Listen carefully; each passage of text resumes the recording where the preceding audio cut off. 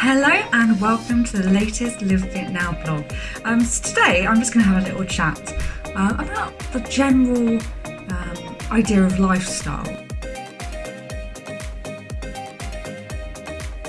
So very often when I'm talking to people, I am absolutely looking at really getting as much information about people as possible.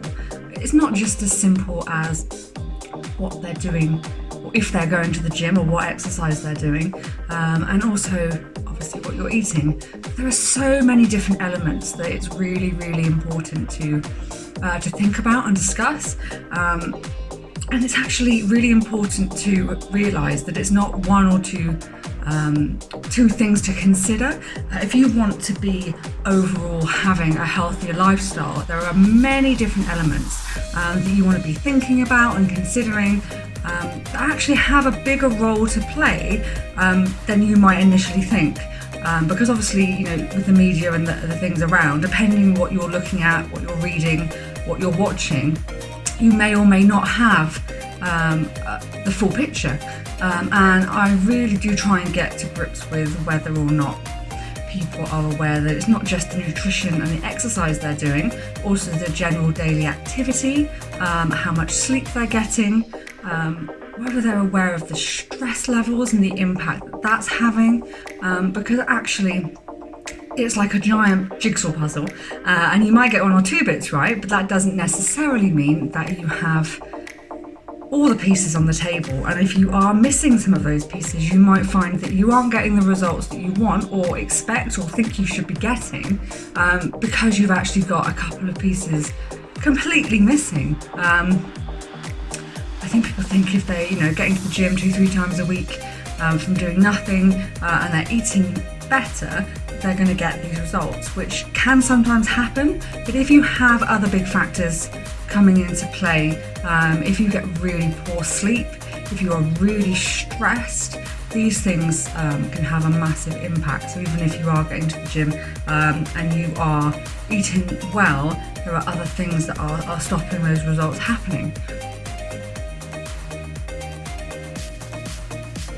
Something else you want to consider is it obviously depends where exactly you're starting. So if you literally do no exercise, you get up, you head off to work, you're sat in an office all day, and then you go home again and really doing very little movement at all. For you, even if you were just to really target trying to get your steps up, that would be a massive increase in activity. So activity is absolutely a key, because actually activity takes place every single day through all those hours. If you go to a gym, you might do 2 or 3 hours a week, which is obviously important, and what you're doing within that time can have a massive impact on your results. But it's actually every single hour of the day that you're up. Let's just say you're getting your 8 hours sleep. That's 16 hours of the day where you could either just be sat, or you could be staying very active and keeping moving. And just by moving more, you will be burning more calories. So your energy calculations and balance is going to be shifting. You're going to be burning more calories. If you are sat all day, and for most of those 16 hours you are either sat on the sofa, at your desk, in the car, your body actually doesn't need to burn very much to do that. It's a very minimum level. So for you to literally just start to move more, maybe park further away at work, you could use the stairs rather than using the lift. You can go for a walk for half an hour at lunchtime, and then maybe just doing a bit more housework, getting around the house. Don't just sit watching something, maybe listen to a podcast, walk around the house, decide to meet up with a friend just to get out and moving. You may not even bother to go to the gym or do something that would be deemed as sort of set exercise, but what you will find is that you have massively increased your activity, which will therefore burn more calories every day. So that has a huge impact. If you're already quite an active person, I have quite a few mums that I work with, they're constantly on the go. You haven't really got a choice when you've got a small child around. So their activity level is often already reasonably good. Now, I'm sure most people could always move more and do more, but that base level is already done. So for them, they need to be looking at what else they can increase. So something like set exercise sessions might help with that. So if they don't go to the gym and literally all they do is looking after the kids, then by increasing the activity, by having some set routines, whether that's going out for a jog, going and doing some weights, joining a class, whatever it might be, or a home workout, that will therefore increase their energy expenditure. And also having the impact of doing something that potentially is weight bearing, it's going to improve your cardiovascular. You could also work on something that increases your flexibility. It also is just going to generally make you a fitter person. So of course that will be a fantastic recommendation for everybody, but it's all about finding where you are at right now and then how you can improve it. Now, you haven't got to go from 0 to 100 straight away. Honestly, realistically, if you make a few small changes, they are going to be much more sustainable. You start just creeping more and more things in, never taking the lift, always trying to take the stairs, parking far further away. They're tiny little things, but they really do add up. And it's really important to take responsibility for the small actions taking and adding up to a lot over your whole day and your whole week. So that is just generally talking about activity. So try and increase your activity in some way and just be aware of how much you're moving, because that is, I guess, once you're used to it, it's making the least effort, like it's the least difficult to do. You're just trying to not sit still for too long and make your body do more. But you're not going to get really tired by doing it. It's not overexerting, it's not exhausting the body. You're not really going to have to recover hugely from that. It's not as demanding as a full-on workout session, which can obviously take some reasonable amount of time to recover from. So moving on to what I've just mentioned, and that's recovery. So recovery and or sleep is such an important part of overall health and well-being. It can have a huge impact not only on fat loss, if that's your goal, energy levels, mood. If your sleep is poor, this can have an impact on everything else. So you might find yourself making poorer choices throughout the day because you're tired and you're looking for that pick-me-up, relying more on caffeine, eating, particularly sort of mid-afternoon, people will often find they're heading towards the sugar drawer, a biscuit or a chocolate. And this may not even be due to hunger at all. This can very, very often be linked to a poor sleep pattern. Now, some people are extremely lucky with sleep, some people have a lot of issues with sleep.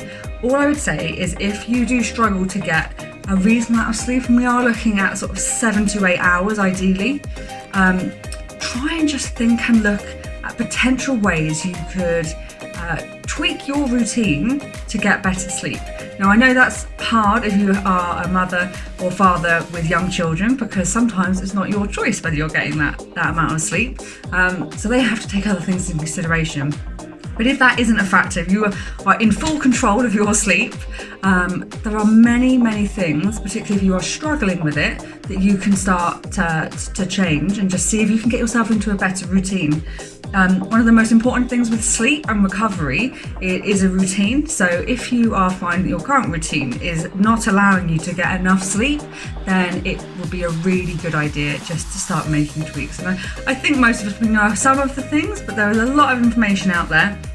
Try not to be looking at screens just before bed. And then they say 2 to 3 hours, ideally, don't be looking. So if you're sat in bed looking at your phone, try and remove that because it can massively help. Going to sleep at the same or a very similar time every night can really help. And also getting up at the same time. We very much have an internal clock that we run by, and I don't know if you ever have noticed this, but if you get yourself up at the same time every day, you are naturally waking up at that time without even needing your alarm, although I always set that just in case. You really can get yourself up because your body is in its routine. So try and go to bed at a similar time, get up at a similar time. If you do find that you're getting to bed later and not getting enough sleep, still try and get up and then maybe have a rest later on in the day, because your body will work so much better if it's got that solid routine to work from. So much of recovery happens when we're asleep, so if we neglect to prioritize it, it can have such a massive impact on every other aspect of our life. So really do try and see if you can make those changes. So something else to consider is obviously how well hydrated we are. So really make sure you're always prioritizing your water intake. Be as hydrated as possible. It makes your body function so much better.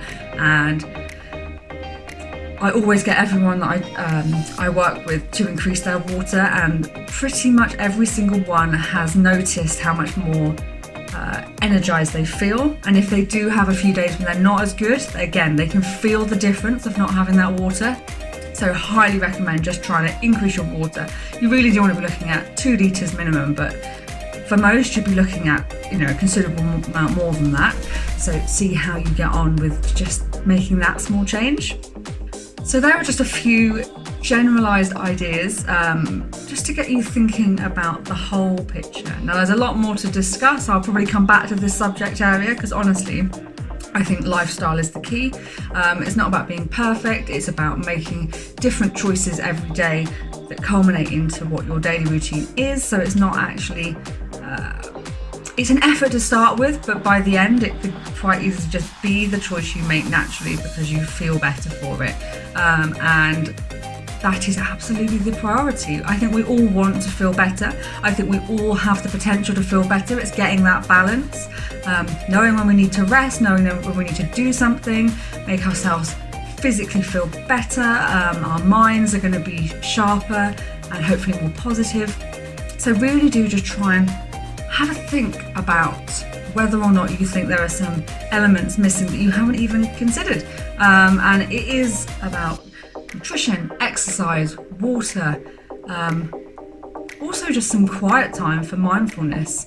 But as I say, I've touched on a few different subjects there, some of which I haven't gone into detail right now. I will come back to them. And if there is anything in particular you would like me to go through, please do just drop a message below and I will come back and try and answer those questions. If you like this vlog, please do like, comment, share, and if you have any questions, as I say, I will try and get back to them. Thank you so much for watching. Please do subscribe to the channel and I shall speak to you soon.